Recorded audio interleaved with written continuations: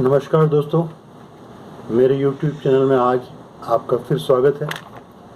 आज हम चर्चा करेंगे रेस जुडिकाटा के बारे में।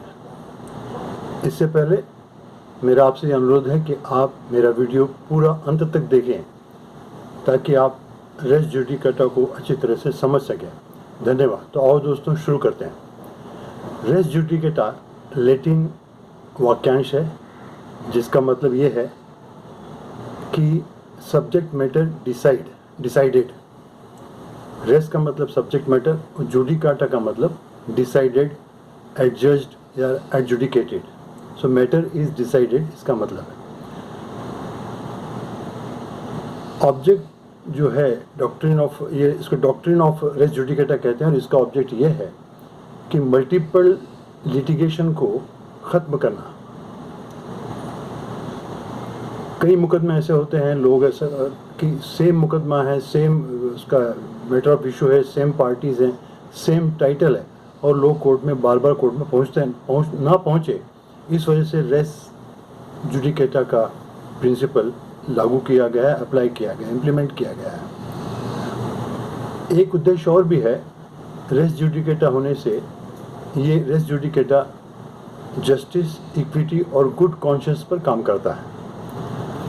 Section 11 code of civil procedure code of civil procedure 1908 की धारा 11 में इसका प्रावधान मिलता है।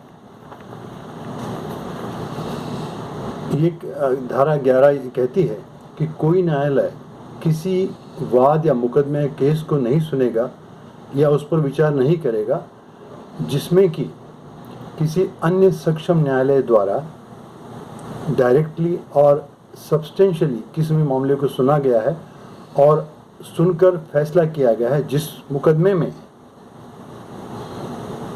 पार्टियां, पक्षकार वही थे, मैटर ऑफ इशू भी वही था और टाइटल, उनका हक भी वही था। ऐसे मामले अगर दूसरे कोर्ट में पहुंचते हैं तो वो कोर्ट उन मामलों को नहीं सुनेगा। मतलब यह है कि वही पार्टीज हों, वही मैटर ऑफ इशू हो, वही हक हो, वही टाइटल हो किसी केस का, तो ऐसे मामले पहले किसी कोर्ट में सुना गया हो या चल रहा हो तो वही मामला दूसरे किसी समकक्ष कोर्ट में नहीं सुना जा सकेगा। यही रेस जुडिकाटा का मतलब है, यही रेस जुडिकाटा का डॉक्ट्रिन ऑफ रेस जुडिकाटा यही है।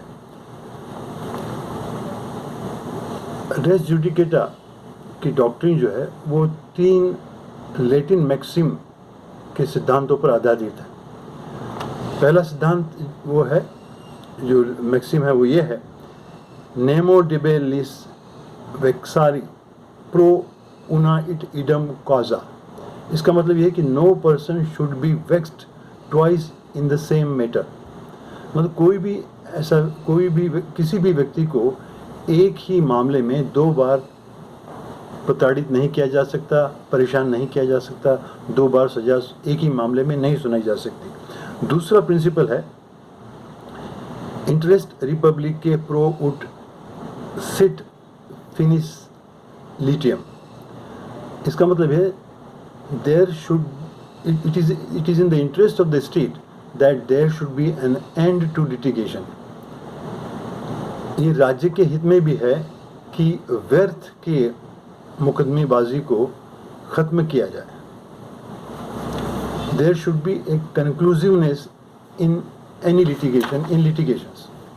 और तीसरा जो मैक्सिम है वो ये है, रेस जुडिका प्रो वेरिटेड ऑक्सीपिट्यूर। इसका मतलब है a judicial decision must be accepted as correct. मतलब जो भी निर्णय लिया जाता है उसको आपको मान्य करना होगा कि ये सही है। रेस जुडिकाटा अप्लाई कब होता है, उसकी कुछ 3-4 कंडीशंस हैं। वो ये है कि पहली कंडीशन ये है कि 2 मुकदमे हों एक ही तरह के,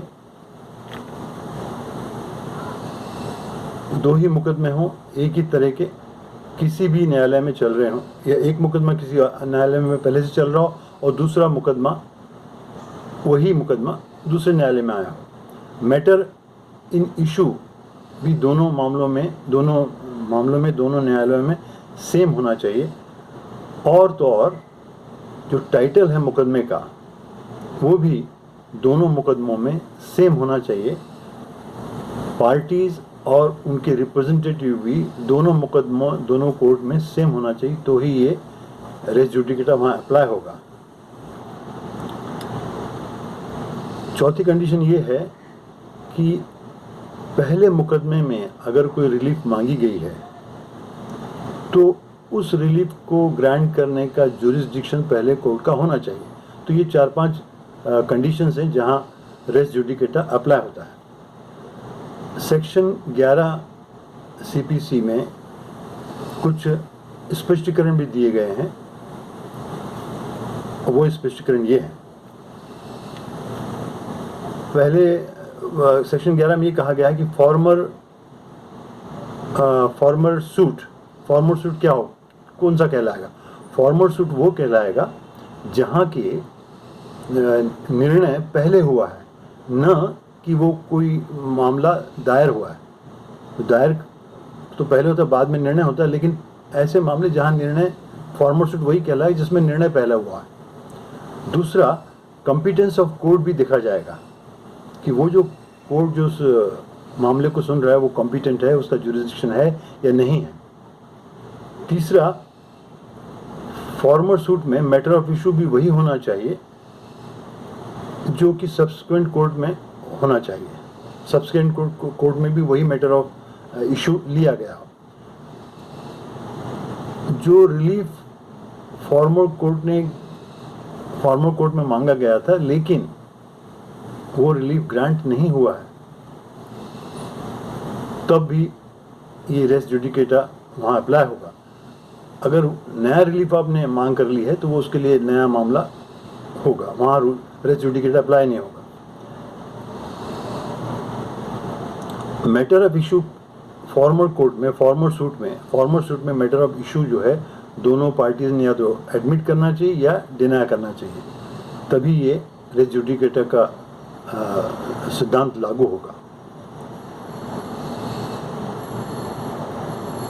प्राइवेट राइट या फिर पब्लिक राइट के लिए जब बहुत सारे लोग लड़ते हैं तो ऐसे केस में जितने भी लोग लड़ रहे हैं उनको एक पार्टी माना जाएगा, चाहे वो 10 हो या 20 हो या 15 हो, उन सबको एक पार्टी माना जाएगा।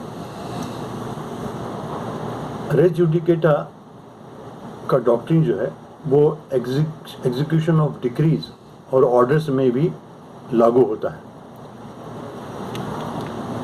और अंत का जो स्पष्टीकरण वो ये है कि कुछ मामलों में कुछ न्यायालयों को लिमिटेड जुरिस्डिक्शन प्राप्त होता है, लेकिन वो ऐसे मामले में सुनने में सक्षम होते हैं, तो ऐसे समय में भी रेस जुडिकेटा का डॉक्ट्रिन वहाँ लागू होगा। अब ये देखना है कि ऐसे कौन से मामले हैं जहाँ रेस जुडिकेटा लागू नहीं होगा या कुछ एक्सेप्शंस हैं उसमें। जी हाँ, कुछ एक्सेप्शंस भी हैं, जैसे कि अपील के मामलों में रेस जुडिकेटा एप्लीकेबल नहीं है। ऐसे मामलों में भी रेस जुडिकेटा एप्लीकेबल नहीं है जहां कोर्ट को गुमराह करके डिक्री हासिल की गई हो, माने फ्रॉड या कॉल्यूजन से डिक्री प्राप्त की गई। ऐसे मामलों में भी रेस जुडिकेटा लागू नहीं होता है और ऐसे मामले भी सुने जाएंगे।